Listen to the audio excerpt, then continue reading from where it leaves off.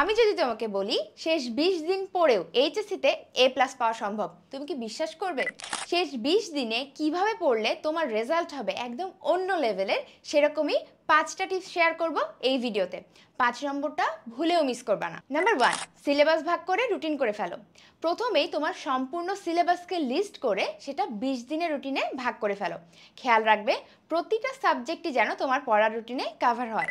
Number 2, বিগত বছরের common প্রশ্নগুলো বাছাই করো। তোমার বোর্ডে আসা বিগত 5 থেকে 10 বছরের কমন প্রশ্নগুলো দেখো, কোন কোন টপিক থেকে সবথেকে বেশিবার প্রশ্ন এসেছে। সেই টপিকগুলোই প্রত্যেকটা সাবজেক্টের ক্ষেত্রে সবার আগে শেষ করে ফেলো। নাম্বার 3, 1 ঘন্টা পড়ো আর 15 মিনিট ব্রেক নাও। বেশিক্ষণ একটানা পড়লে আমাদের কিন্তু পড়ায় মনোযোগ থাকে না। অবশ্যই 1 ঘন্টা খুব মনোযোগ সহকারে পড়ো, তারপরে 15 মিনিট সময় দাও তোমার ব্রেনকে রিল্যাক্স করার জন্য। এভাবে তুমি যদি ব্রেক নিয়ে নিয়ে পড়ো তাহলে তোমার পড়ার কোয়ালিটি এবং মনে রাখার পাওয়ার দুইটাই কিন্তু বাড়বে।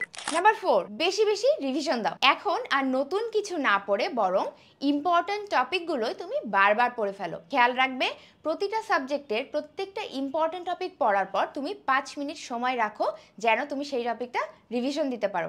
এটা কিন্তু সায়েন্টিফিক্যালি প্রুভেন একটা টেকনিক, যার মাধ্যমে তোমার এক্সামে ভালো করার টেন্ডেন্সি অনেক বেড়ে যায়। অ্যান্ড মোস্ট ইম্পর্টেন্ট, নাম্বার 5, এক্সামে আসলে কি লিখবে সেটা এখনই ঠিক করে ফেলো। প্রতিটা সাবজেক্টের ইম্পর্টেন্ট টপিকগুলো পড়ার সময় তুমি এখনই ঠিক করো যে এই টপিক থেকে প্রশ্ন আসলে তুমি কিভাবে উত্তর লিখবে। সময় থাকলে খুব দ্রুত একটু রাফ করেও নিতে পারো।